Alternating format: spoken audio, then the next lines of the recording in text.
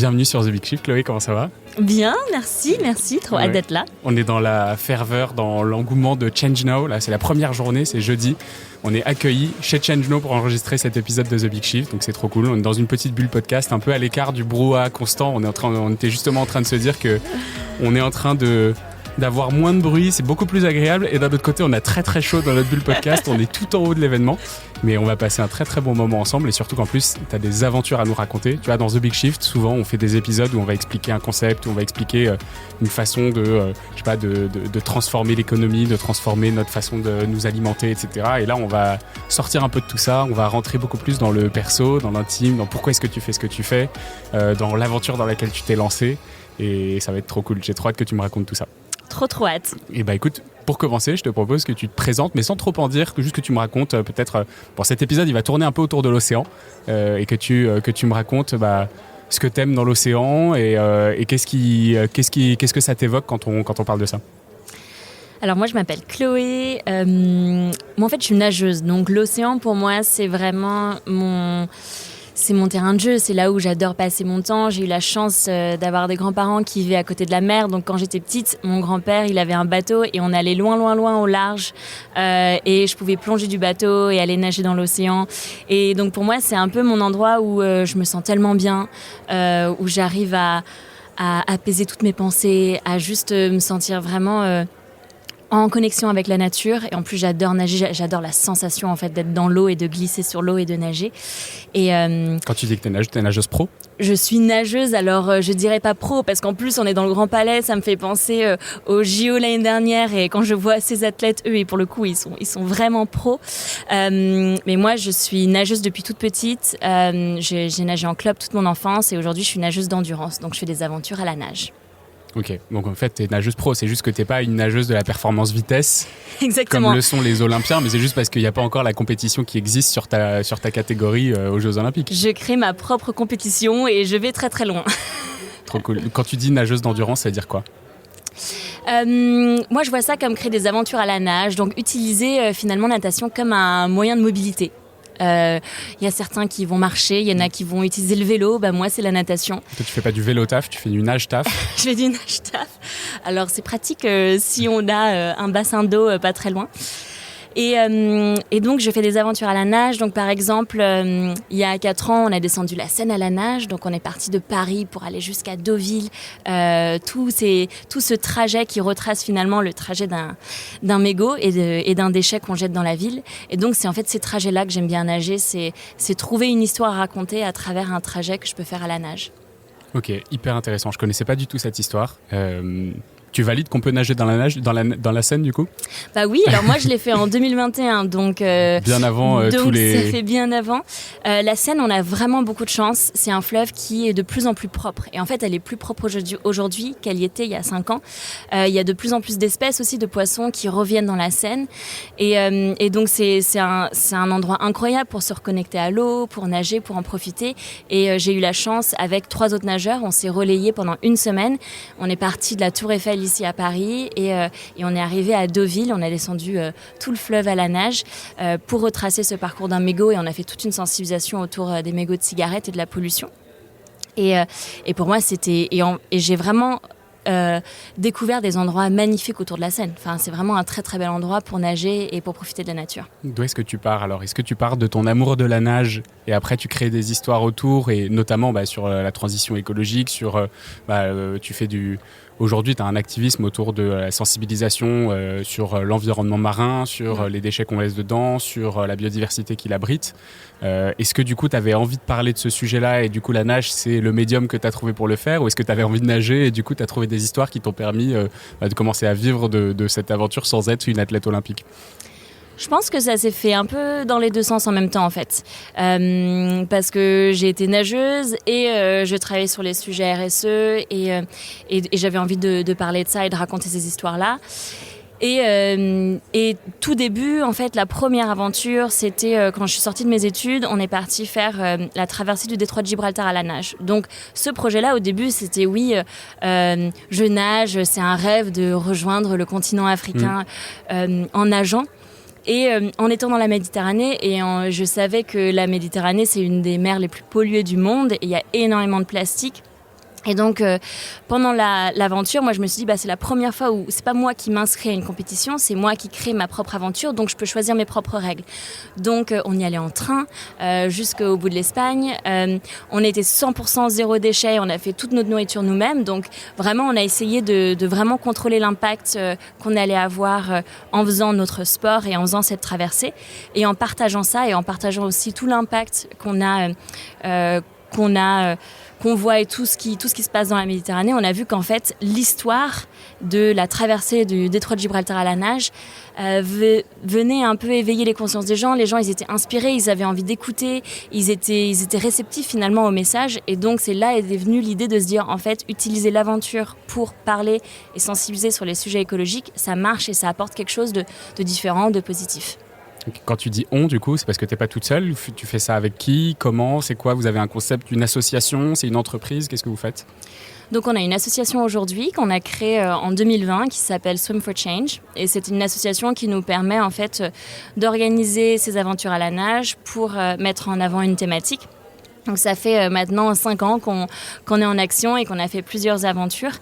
Et on est plusieurs nageurs. C'est vraiment une histoire de famille. Et je pense que ça, c'est aussi, ça reflète un peu ma valeur juste de famille et de partage. Parce que dans cette association, c'est mon mari, c'est ma cousine, c'est mon beau-frère. Donc c'est vraiment des gens très proches. Ça a commencé comme ça. Et maintenant, on touche et on a plein de bénévoles qui viennent un peu de tous les horizons. Et ça, c'est trop génial.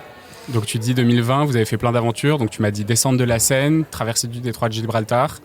En 2023, on a aussi fait Marseille-Barcelone à la nage. Ouais, ça c'était le gros et c'est avec celui-là que je vous ai connu moi. Exactement. Et là aussi, on voulait faire un gros focus sur les mégots de cigarettes. Un mégot pollue 500 litres d'eau et donc on voulait nager 500 km de Marseille jusqu'à Barcelone.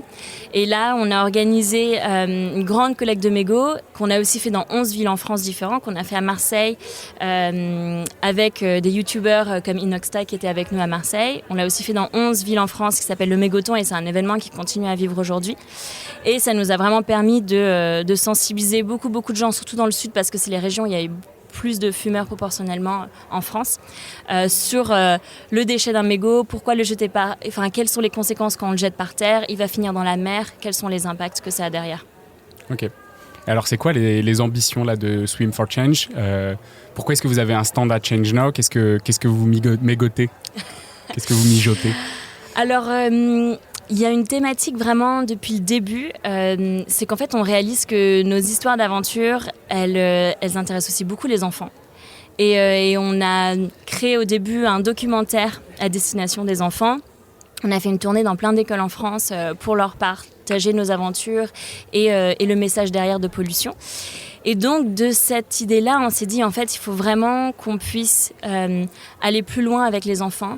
Et on a envie que parler de l'océan, parler de l'eau, ce soit vraiment un sujet clé dans les programmes scolaires pour les enfants, parce que c'est aussi eux qui sont les acteurs de demain. On le réalise pas, mais nous, il y a un chiffre qu'on adore, c'est qu'un enfant sensibilise 7 adultes. Donc, un enfant sensibilisé touche vraiment beaucoup d'adultes. Et c'est tout bête, mais en fait, à Change Now, ici, on le voit, il y a plein de PDG, de grands décideurs, de vraiment des gens qui ont beaucoup de pouvoir et beaucoup d'influence.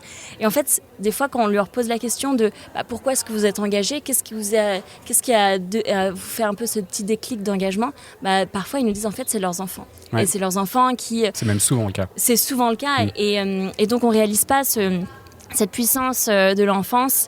Donc nous, on a vraiment envie d'être axés là-dessus. Donc on s'est dit que maintenant, notre mission, c'était de mettre l'océan dans les écoles.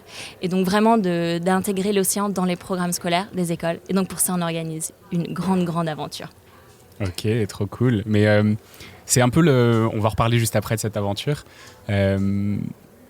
J'ai l'impression, tu vois, les boîtes qui ont fait ça très tôt, c'est les boîtes qui faisaient le Vendée Globe, qui étaient sponsors du Vendée Globe et qui, je me souviens quand j'étais petit, en CE2, CM1, on suivait nos skippers préférés sur une carte, on regardait en fait leurs actions parce que tous ils avaient la plupart du temps des actions un peu scientifiques, à mettre des balises dans l'eau pour regarder les courants, pour essayer d'identifier les espèces végétales, les espèces marines qui étaient sur place et du coup on suivait un peu leurs actions et j'ai l'impression que moi ça a été aussi un point d'entrée sur l'océan ce truc-là. Et c'était déjà il y a au moins plus de 20 ans et du coup je trouve ça hyper intéressant de se dire qu'on peut revenir à ça aussi et j'ai l'impression que il n'y avait pas trop d'autres moyens à part ce Vendée Globe où on a rarement l'occasion d'avoir des gens qui sont des exemples qui vont loin, à part des explorateurs ou des scientifiques, mais qui du coup communiquent moins, qui vont loin dans des contrées qu'on ne connaît pas. On dit souvent qu'on connaît mieux la surface de Mars que le fond de nos océans. Et je pense que ça résonne beaucoup. On se dit, en fait, c'est des endroits dans lesquels on va très peu et où on n'a pas forcément de matière à ramener aux plus jeunes. Et du coup, c'est très, très cool. Ce qui fait une très, très bonne transition, du coup, pour que tu m'annonces un peu ce que vous allez faire, ce que vous allez tenter de faire. Je ne sais pas dans quelle ambition vous êtes à ce stade de la préparation du projet. Est-ce que tu peux me raconter ce que vous allez faire ? Alors on s'est dit qu'on voulait que si on voulait avoir vraiment un impact qui est énorme, qui est de mettre l'océan dans les écoles, et ça c'est une mission qui est juste impressionnante, on s'est dit qu'il fallait une aventure à hauteur de cet impact-là.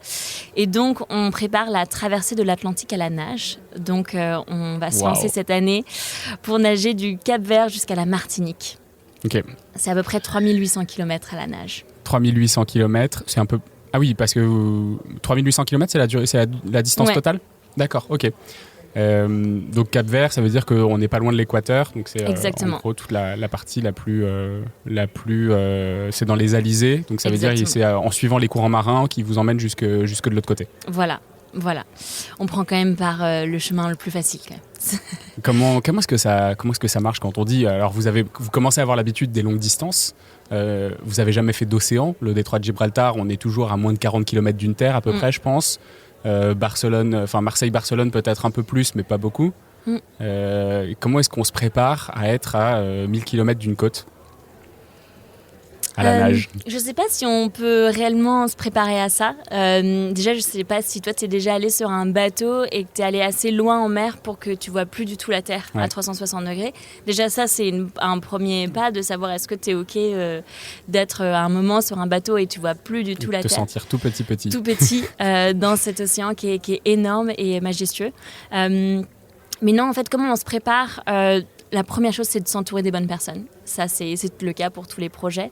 Et donc, on a la chance d'être entouré de coachs, de préparateurs physiques, de médecins, de nutritionnistes, vraiment des gens qui vont pouvoir nous aider à être préparés physiquement pour ce défi. On a aussi tout un équipage qui va nous accompagner sur un bateau. Donc, on a des skippers, on a vraiment le bateau. On sait qu'on peut aussi faire confiance à tout cet équipage-là sur la partie navigation parce qu'on n'est pas des pros là-dedans. Et surtout, je pense qu'on met un peu les œillères et on se dit ouais, c'est possible. Enfin, je pense qu'il faut aussi un peu être naïf et juste se dire oui, on va réaliser, on va avancer et on verra où ça nous amène. Ça a déjà été tenté ou pas ? Ça a déjà été tenté. Il y a eu 6 tentatives en tout dans l'histoire, en tout cas qu'on peut retrouver. Et il y a eu 2 réussites de manière très différente. C'est 2 hommes français d'ailleurs qui l'ont fait chacun de leur côté. Mais c'est intéressant de voir que c'est les Français qui sont plutôt en train de vouloir s'aventurer dans les choses comme ça. Il y a un homme français qui l'a fait vraiment guidelage avec son radeau à la dérive, donc c'était vraiment en mode tout seul avec son radeau en solo, il nageait la journée. Et il y avait un autre Ben Lecomte qui lui l'a fait par la voie du Nord, donc dans l'autre sens, accompagné de la NASA, parce qu'en fait la NASA, eux, avaient envie de comprendre qu'est-ce qui se passait qu'est-ce qui se passe à son corps quand on passe 3 mois comme ça, allongé toute la journée et aussi allongé toute la nuit. C'est un peu les mêmes effets qu'on a quand on est dans l'espace. Donc ils étaient intéressés par ce côté scientifique du corps. C'est trop bien. J'ai participé à un événement où on parlait beaucoup du culte de la performance et de se dire en fait est-ce qu'il faut vraiment aller chercher à chaque fois le truc plus loin, plus fort encore pour montrer qu'on peut dépasser ses limites. Est-ce qu'il faut vraiment dépasser ses limites pour réussir à communiquer sur un projet? Toi, qu'est-ce que tu en penses du coup de ce truc-là? Est-ce que tu as l'impression que c'était nécessaire pour pouvoir sensibiliser justement au meilleur respect de l'océan? Alors, nous, on dit toujours, moi, je me dis, notre premier objectif, c'est vraiment la partie impact. Donc, c'est vraiment de se dire, à chaque fois qu'on va prendre une décision, si on doit prendre une décision compliquée, on va toujours avoir en tête qu'est-ce qui va avoir le plus d'impact, qu'est-ce qui va vraiment pouvoir aider ces enfants à mieux comprendre les enjeux de l'océan. Mais il y a quand même une réalité derrière tout ça, c'est que si, dans le monde dans lequel on vit aujourd'hui, si on ne fait pas un truc qui attire quand même l'attention et si on ne le réussit pas, on va avoir beaucoup moins d'impact. La réussite joue aussi ? Je pense que la réussite joue aussi. Moi, tu vois, j'ai pas tout à fait cette impression. J'ai l'impression qu'effectivement, annoncer un très gros projet, et puis ensuite, un peu comme vous le faites, le building public, c'est-à-dire genre, construire tout le projet en public et montrer toute la transparence qu'il y a derrière, montrer les coulisses, dire bah voilà où on en est. Là, on pense qu'on n'est pas prêt là-dessus, on va avancer, et à la limite, on teste, et puis après, bah, raconter s'il y a un échec, le dire, bah, c'est un échec, mais et après, tu vois, continuer. Je veux dire. Pour reprendre encore l'anecdote du Vendée Globe, Samantha Davis qui court pour mécénat chirurgie cardiaque pour sauver des enfants, elle aussi, elle parle beaucoup avec des enfants, et quand elle termine pas le Vendée Globe parce qu'elle a une avarie ou un truc comme ça, c'est pas vraiment un échec non plus, juste elle raconte ce qui s'est passé, elle raconte le derrière, et en fait elle arrive quand même à avoir un impact, et bon, elle essaye de finir son tour du monde hors course, mais du coup elle a quand même le même impact, tu vois, pour... Je suis d'accord, et la réussite, elle n'est pas à 100% importante, mais je pense que le côté construire le projet, au début, on touche beaucoup de gens qui sont plutôt les convaincus. Qui sont déjà un peu dans nos réseaux, qui sont voilà, des gens qui sont déjà à Change Now. Enfin voilà, on touche un peu ce cercle-là avec toute la partie préparation et en parlant et annonçant ce gros projet.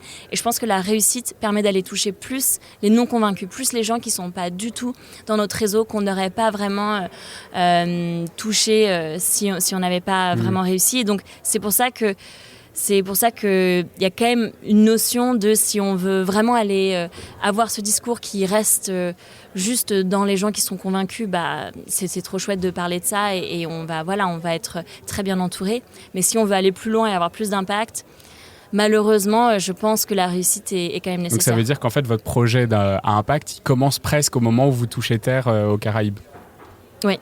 Parce que du coup, c'est là où les titres de journaux, ils changent de ils vont traverser l'Atlantique à la nage à ils ont traversé l'Atlantique à la nage, et pour vous, ça fait une grosse différence. Et c'est là où, à partir de ce moment-là, si on veut aller toquer à la porte de l'éducation nationale et leur dire voilà, il faudrait qu'on mette l'océan dans les écoles, regardez, là, il y a 50 000 enfants qui nous ont suivis depuis 3 mois, voici ce qu'ils ont appris, voici les retours d'expérience des professeurs, voici tout ce qu'on a fait, bah, là, ils vont nous écouter.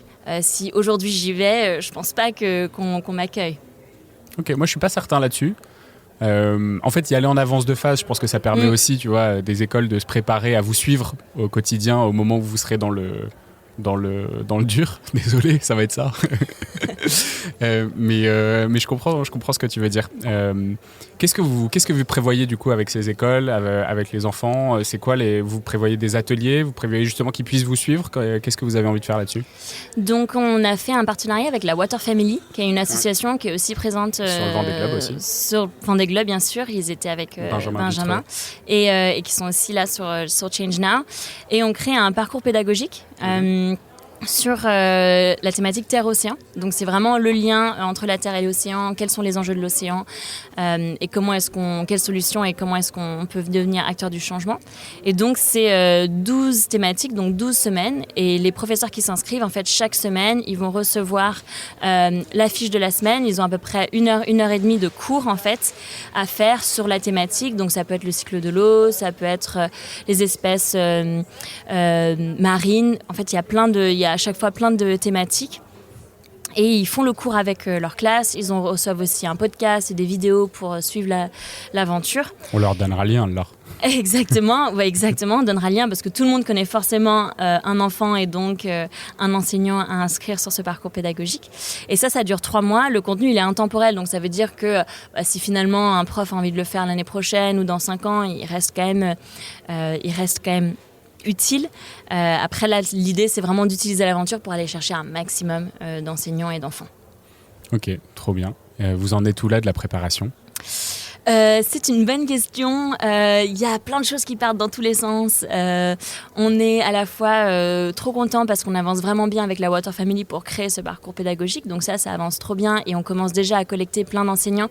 Et le bon point, c'est qu'à chaque fois qu'on en parle à un enseignant, il dit « Ah, trop bien, j'ai absolument envie de m'inscrire. » Enfin, on voit que ça plaît, que c'est l'année de l'océan. Donc pour eux, c'est hyper intéressant de faire toute une thématique avec les enfants pour l'océan. Ils n'ont pas souvent les bons outils pour le faire. Donc là, c'est clé en main et ils sont très contents de pouvoir avoir accès à ça. On est aussi en recherche de financement. On a lancé notre campagne de crowdfunding, mais on a aussi recherche de partenaires et de mécènes qui est en cours, et je pense qu'il va encore être en cours jusqu'au départ parce que c'est pas la tâche la plus facile. Et après, on est en préparation physique aussi parce qu'il faut quand même se préparer pour traverser l'Atlantique. Et ça ressemble à quoi du coup? Parce que là, juste avant qu'on enregistre, on se disait après le podcast, tu rentres à la maison, c'est la fin de la journée. Je me dis non, il me reste 5 km à nager encore. C'est quoi ton plan d'entraînement pour traverser l'Atlantique à la nage? Alors ça évolue bien sûr. Là, je suis dans une phase donc à 5 mois du départ où je commence à monter vraiment crescendo en natation. Je fais à peu près 3-4 séances de natation par semaine de 5 km et demi. Okay. Donc ça monte un peu en volume de natation. Je fais aussi de la muscu à côté pour préparer les muscles. En fait, pendant la traversée, on va perdre énormément de muscles. Et donc, il faut partir avec quand même un bon corps parce qu'en fait, au fur et à mesure, il va vachement se dégrader. Il faut essayer de ne pas trop dégrader le corps, en fait. Et on est aussi accompagné par des médecins et par des nutritionnistes pour, la préparation. Il y a une grosse phase qui est quand même de bilan et de se dire, voilà, est-ce que le corps il est prêt à ça? Qu'est-ce qu'il faut manger? Comment est-ce qu'il faut adapter son alimentation? Surtout que moi, je suis végétarienne depuis plus de 10 ans et il y a quand même des impacts sur mon corps là-dessus. C'est quoi, par exemple? Il y a beaucoup de gens qui me posent cette question de est-ce que vraiment être végétarien, ça a des impacts forts quand on est sportif?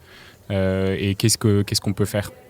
Alors quand on est sportif, pas spécialement, mais pour moi c'est juste, en fait quand on est végétarien, par exemple moi j'ai des grosses carences en oméga 3 et ça c'est quand même très fréquent chez les végétariens parce qu'on les trouve majoritairement dans les poissons et en plus aujourd'hui l'humain a perdu cette capacité à transformer les oméga 3 qu'on trouve dans des sources végétales en oméga 3 qui est réellement utile pour nous. On commence à perdre cette capacité-là. Et donc, en fait, je pense que quand on est sportif, et même juste n'importe quelle personne qui a n'importe quel régime, c'est hyper important aujourd'hui de faire des tests, comprendre, avoir ses bilans sanguins, savoir se complémenter si besoin. Donc moi, je sais que là, je suis en cure d'oméga 3 parce que ça va être hyper important. Ok, trop cool. Sur cette traversée, donc tu as dit que vous serez accompagnés. Qui va nager? Donc tu m'as dit que vous étiez 3 à nager, c'est ça? On est 2 nageurs. 2 nageurs. Donc c'est toi Mathieu et moi, exactement. Mathieu qui est mon mari et on a 4 personnes à bord avec nous. Okay. On a 2 skippers, une infirmière et une vidéaste. Et on sera une équipe majoritairement féminine. Ok. C'est très important. C'était important dans le choix de la composition ou ça s'est fait comme ça? Ça s'est fait comme ça parce que les profils étaient les meilleurs, mais je trouve, et je le vois de plus en plus dans le monde du sport, surtout dans le sport d'endurance, moi, le fait que je sois une femme, parfois je me prends des commentaires un peu différents que Mathieu quand lui, il annonce qu'il va faire la traversée de l'Atlantique à la nage. Et donc, je trouve ça hyper important, au-delà de tous les sujets qu'on est en train de parler sur l'océan et l'environnement, de s'y montrer que les femmes peuvent faire partie d'une grande expédition comme ça et qu'elles ont la place là-dedans et que voilà, tout est possible en fait. Mathieu, c'est-à-dire on lui dit quoi par rapport à toi? C'est juste que moi, parfois, on n'a pas compris que j'allais nager. Et pourtant, ça peut être des gens très proches de moi qui sont mon tonton, par exemple, il y a quelques semaines. Et pourtant, mon tonton, il me connaît depuis que je suis toute petite. Il m'a vu nager. Il a suivi toutes les aventures avant. Et là, il y a quelques semaines, il me sort « Alors, c'est quand que Mathieu, il part nager ?» Et je le regarde, je lui dis « Mais tonton, on part ensemble. » Il me dit « Ah ouais, toi aussi, tu vas nager ?» Je dis « Mais... » pourquoi tu penserais pas? Et en fait, je pense qu'il y a vraiment quelque chose qui se passe dans la tête. En fait, on a un biais inconscient. Comme on n'a pas vu ça, comme on n'a pas encore trop vu beaucoup de femmes qui font ça, notre cerveau, il le comprend moins et donc parfois, juste, il fait un petit filtre et il oublie, quoi. Ça te motive encore plus, ça? Ça, c'est un peu dans les deux sens. D'un côté, ça me motive parce que je me dis, vraiment, j'ai aussi envie de montrer à toutes ces petites filles qu'elles peuvent réaliser leurs plus gros rêves. Mais d'un autre côté, c'est quand même très frustrant et il y a beaucoup d'énergie assez négative et moi, ça me... Ouais, parfois, je me dis, en fait, pourquoi je fais ça, quoi. Enfin, ouais, la vidéaste aura un gros taf de filmer 2 fois plus Chloé en train de nager plutôt que Mathieu. Après, dans l'eau, en fait, on ne reconnaît même pas qu'on a combi, bonnet, lunettes. On ne voit pas la différence. Mais en fait, il y a aussi plein de sujets en fait, autour. On parle de l'océan. Mais il y a plein d'autres sujets en fait autour. Il faut aussi qu'on parle d'égalité, de diversité, d'inclusion. C'est des sujets qui sont hyper importants. En fait, on ne peut pas régler notre problématique avec l'océan, avec l'environnement, si on ne parle pas de tous ces autres problèmes autour. En fait. Aujourd'hui, comment vous vivez du coup de ce projet-là? Tu dis que vous leviez des fonds, il y a une campagne de crowdfunding, on mettra le lien d'ailleurs dans la description de l'épisode. Est-ce que vous faites des ateliers du coup dans des entreprises peut-être ou des conférences? Comment est-ce que vous gérez cette partie? Ouais, donc nous, on arrive à se rémunérer avec des conférences dans les entreprises et en partageant l'aventure. En fait, on utilise l'aventure comme moyen aussi de sensibiliser dans les entreprises, de parler pas seulement d'environnement, mais aussi de comment travailler en équipe, tous les sujets autour de l'aventure. Et après, on utilise l'association pour après financer le projet. Et donc là, l'association, elle a des mécènes, elle a des sponsors. Et des dons du grand public. Voilà. Donc quand vous vous projetez là sur cette aventure, quand vous projetez sur la fin, qu'est-ce que tu aurais envie, qu'est-ce que tu as envie que ce soit la fin de cette aventure, je veux dire l'aventure physique d'avoir traversé. Qu'est-ce que tu veux avoir retenu de ce truc-là? Dans quoi tu te projettes? Moi, je me projette vraiment. Là, je suis en train de discuter avec plusieurs écoles à Annecy parce qu'on est basé à Annecy avec Mathieu. Et je sais qu'on aura 1 ou 2 classes ambassadrices à Annecy. Et je sais qu'on va essayer d'aller les voir là avant la fin de l'année scolaire. Et donc, ce que je me projette en fait à la fin, c'est de revenir dans ces classes-là, de revoir les enfants que j'aurais vus pratiquement 1 an avant, de voir un peu qu'est-ce qu'ils ont appris en fait, qu'est-ce que ça leur a apporté, tout le parcours qu'ils auront fait avec nous, tout ce qu'ils auront appris en 3 mois d'aventure. Et en fait, dans ma tête, c'est vraiment ça. Je me projette pas juste arriver sur la plage en Martinique, mais plus le retour, revenir à Annecy, revenir dans une école et voir la différence que ça a fait en fait pratiquement 1 an plus tard. Qu'est-ce que vous avez envie de partager comme contenu pendant votre traversée? L'objectif, c'est d'essayer de créer à la fois du contenu un peu long, peut-être un gros documentaire, et en plus du contenu peut-être un peu quotidien. Et là, ce sera quoi? Ce sera du contenu plutôt sportif, aventureux, ou c'est plutôt du contenu pédagogique sur des éléments que vous rencontrez au fur et à mesure de votre traversée? C'est quoi? Moi, l'idée, c'est vraiment d'allier les deux. C'est toujours trouver un moyen de pas juste partager le contenu de sportif, jeune âge, mais de toujours essayer d'avoir le petit message derrière. Et donc oui, il y aura un tournage pour essayer d'avoir un gros documentaire derrière et raconter l'histoire. Mais pendant la traversée, l'idée, c'est que chaque fois qu'on partage quelque chose, qu'il y a un petit message derrière, on va être en train de cuisiner, peut-être avec le four solaire. D'ailleurs, on a le four solaire sur le stand ici.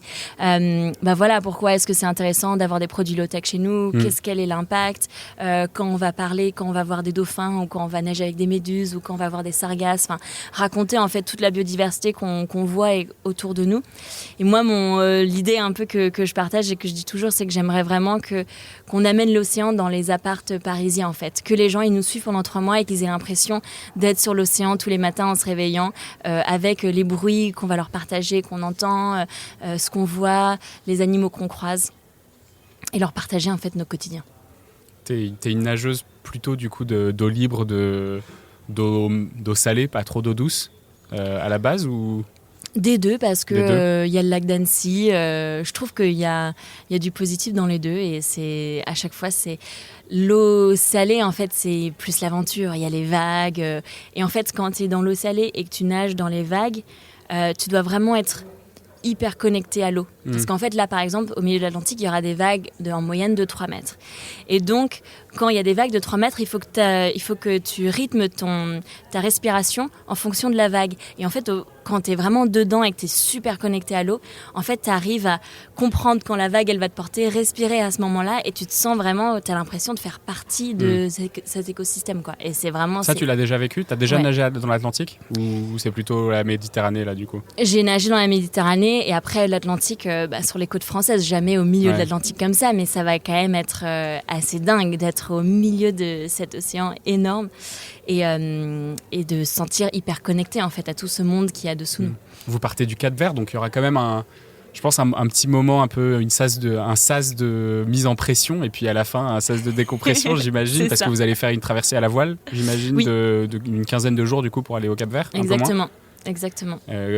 Du coup, ça c'est l'équipage et vous allez vous poser et vous allez vous préparer, respirer, faire vos exercices. Ouais. Oh, après, on va les aider aussi quand même. T'es une voileuse à la base ou pas ? Pas du tout. Pas du tout ? Pas du tout.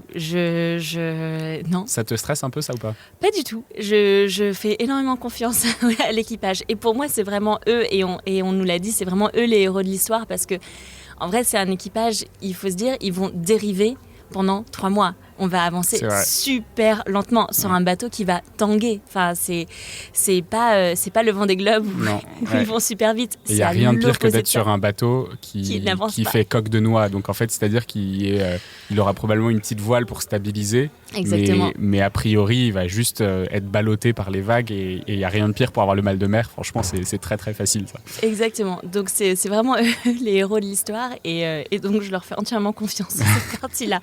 Moi, je nage, c'est mon rôle. Il va falloir qu'ils téléchargent l'entièreté de Netflix et qu'ils amènent une bibliothèque complète pour passer le temps. Très très cool. Ok, j'ai l'impression qu'on a fait un peu le tour de ce projet. C'est quoi après la suite ? Est-ce que tu te projettes un peu plus loin ou pas trop ?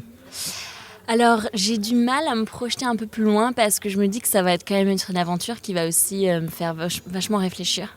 Et donc je me dis, j'ai pas envie d'avoir quelque chose de trop précis après parce que en fait je vais peut-être complètement changer d'idée quand je serai au milieu de l'Atlantique au bout d'1 mois et demi. Ouais, je pense que tu vas avoir du temps d'introspection à disposition. Je vais avoir du temps pour réfléchir. Et d'ailleurs en fait je planifie déjà à quoi je vais réfléchir.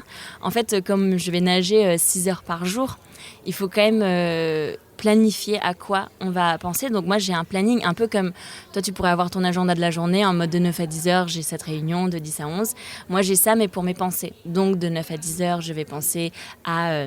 j'aime bien imaginer mes futures maisons. Donc j'ai toujours 2 maisons. Ça c'est quoi ? C'est un préparateur mental qui vous aide à faire ça ? Exactement. Okay. Et il dit que c'est nécessaire ça. Ouais. En tout cas c'est un conseil et moi je l'ai déjà testé dans d'autres aventures et ça m'a vachement aidé de se dire en fait je prépare à quoi je vais penser. J'aime aussi beaucoup créer des histoires d'amour dans ma tête, donc je choisis toujours des gens proches de moi et je leur écris toute une histoire d'amour et après je chante aussi et donc je planifie vraiment mes pensées. Et donc je me laisse aussi... Quand tu dis tu chantes, tu écris des textes ou tu chantes en nageant ? Je chante en nageant, je vais faire tout un concert pour les poissons dans l'Atlantique. C'est excellent. On va être vraiment heureux. Et donc là, en ce moment, quand j'ai des réflexions, je me dis tiens, j'aimerais bien penser à ce sujet-là un peu plus. Je me dis attends, je me le note, j'y penserai en nageant. Là, j'ai pas le temps, mais... Parce que du coup, vous partez en septembre, c'est dans 6 mois, un peu moins de 6 mois. C'est exactement. Et ouais, du coup, c'est parce que c'est le meilleur temps en termes de météo pour tester ce genre d'aventure. Ouais, la traversée vraiment, on le sait, les voileux, ils partent vraiment à cette époque-là, entre novembre et février, pour être avec les alizés. D'accord, oui, donc vous partez septembre, vous avez 15 jours de traversée pour aller au Cap-Vert. Exactement. Et puis ensuite, vous établissez un petit camp de base, vous faites quelques tests et puis vous partez 2 semaines plus tard. Quoi. Exactement. On prend le temps de ravitailler, de reposer aussi les équipes et de repartir quand la fenêtre météo est bonne. Ok. T'as hâte ? J'ai hâte, ouais. Je pense que ça va être... En fait, j'ai aussi hâte, je réalise qu'on vit dans une vie et on le voit aussi à Change Now aujourd'hui, on est à 1000 à l'heure, où il y a plein de choses qui se passent, où l'information aussi avance à 1000 à l'heure. Et je me dis que ça va quand même être assez dingue d'être déconnecté. Après, on aura quand même, bien sûr, accès à Internet et on pourra quand même communiquer avec le monde externe, mais je pense qu'on sera quand même sur un modèle assez déconnecté sur le bateau, avec que 6 personnes autour de nous et je pense que ça va faire du bien d'être sur un autre rythme en fait et de se souvenir de qu'est-ce que c'est le temps long. Pourquoi est-ce qu'aujourd'hui on doit tout faire les choses hyper vite, hyper rapidement. Et je pense de complètement changer ce rythme-là, ça va faire du bien. Je pense que ça va me faire un petit électrochoc qui va être nécessaire.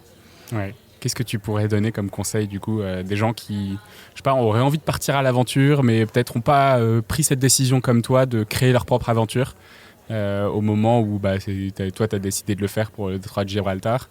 Qu'est-ce que tu pourrais donner comme conseil ? Moi, la première chose Sachant que je dis pour les gens qui, je parle à moi. Moi, je trouve... en tout cas, après, c'est vraiment perso, mais moi, je veux toujours partager l'aventure. Enfin, c'est hyper important. Je pars jamais à l'aventure toute seule. En tout cas, c'est mon truc, c'est vraiment de la partager. Donc, la première chose, c'est de trouver les bonnes personnes. Ouais. C'est aller se dire regarder autour de soi, qui c'est que je peux motiver. Est-ce que c'est mon cousin ? Est-ce que c'est ma tante ? Est-ce que c'est mon pote ? Qui va partir avec moi ? Et après... avec eux, juste de se dire voilà, qu'est-ce qui nous donne envie, qu'est-ce qu'on a envie d'aller découvrir comme terrain, quel message on a envie de faire passer, qu'est-ce qui nous intéresse. Et en fait, en partageant, en réfléchissant un peu à ça, on arrive vite à trouver des idées. En fait, moi, j'ai ma cousine qui là m'annonce qu'elle va juste passer 2 jours à marcher avec des amis d'un bout du lac d'Annecy à l'autre, et je trouve ça trop chouette, même des micro-aventures comme ça. En fait, il faut se créer plus d'opportunités dans la vie pour aller faire des choses comme ça. C'est une très belle conclusion. C'est difficile de bosser avec ton mari ou pas ? C'est difficile de bosser en couple, ouais. Ça c'est sûr. Oui, je disais pas avec Mathieu oui. spécifiquement, évidemment, lui... j'ai rien contre lui, on se connaît même pas, je vais rien lui dire. C'est pas facile, et en fait c'était notre gros point, on voulait pas annoncer ce projet tant qu'on n'avait pas, quand on n'était pas assuré que le couple allait le survivre. Et donc on a fait... on a fait une thérapie de couple pendant quelques mois. On a fait des stages en couple de communication non violente. On a aussi fait plein d'entretiens avec plein de couples entrepreneurs. Et en fait, ça, au bout de quelques mois de ça, on s'est regardé, on s'est dit, ok, maintenant, on se sent capable et prêt de faire ce projet ensemble. On sent que le couple, il va survivre à ça. Et donc, on est prêt à l'annoncer. Et on ne voulait pas l'annoncer avant ça. Mais j'imagine que tous les couples entrepreneurs diront la même chose, mais c'est beaucoup, c'est incroyable, mais c'est sûr que ça demande de se réajuster, d'accepter, ça demande un gros travail sur soi. Ouais, je pense que la question est importante parce que ça peut faire rêver aussi, et je pense qu'effectivement, si on n'est pas préparé comme vous l'êtes, ça peut aussi être un peu catastrophique. Et je pense avec n'importe quelle relation, en fait n'importe quelle relation très proche, que ce soit un meilleur ami, que ce soit une sœur, un frère, en fait ces relations comme ça, elles sont géniales, mais quand on veut faire des aventures ensemble, il ne faut pas négliger le fait que ça prend beaucoup d'énergie, ça demande beaucoup de travail, en fait on est hyper vulnérable, on va aller vraiment au bout de nous-mêmes, et donc il faut bien travailler ces relations. Trop cool. Est-ce que tu as un dernier truc à ajouter Moi, j'ai juste envie d'ajouter que, en fait, ce projet, il a commencé, c'était une petite graine dans ma tête, que jamais de ma vie j'aurais pensé que je pouvais un jour même juste tenter la traversée de l'Atlantique à la nage. Et maintenant, je me dis que dans 6 mois, c'est bon, je vais partir. Donc voilà, le petit message, c'est juste de croire en ses rêves, d'en parler autour de soi, et que la graine, elle va germer, et peut-être qu'un jour, ça va devenir une réalité. Trop cool. Merci beaucoup, Chloé, d'être passée dans The Big Shift. Merci beaucoup. C'était trop cool. Et puis évidemment, on enregistre dans la chaleur de la zone podcast de Change Now. Merci beaucoup à Change Now de nous avoir mis en relation, de nous avoir permis d'enregistrer ici. Et puis, si vous voulez, j'ai encore des places pour Change Now. Cet épisode va sortir peut-être un petit peu trop tard pour ça. Mais voilà, on est dans un super espace. L'endroit est absolument magnifique. Et on remercie toutes les équipes de Change Now qui organisent ça tous les ans et qui font un travail fou. C'est quand même le plus gros événement de la transition au monde, je crois. Donc on a ça au Grand Palais dans Paris, c'est quand même des trucs qui sont assez incroyables à vivre quand on est dans le coin, et donc on les remercie chaleureusement. Merci d'être passé au micro, et puis moi je vous dis à très bientôt. Si vous êtes encore là, c'est que vous faites partie vraiment de nos auditeurs préférés, et c'est le moment de mettre des petites étoiles, de mettre des commentaires, de nous envoyer des messages d'amour, ça nous fait toujours plaisir et ça nous aide énormément à avancer. Et je vous retrouve très bientôt pour un nouvel épisode. À plus. C'est la fin de cet épisode de The Big Shift. J'espère qu'il vous a plu et que vous en avez retiré quelque chose pour votre vie quotidienne. C'est ça le plus important.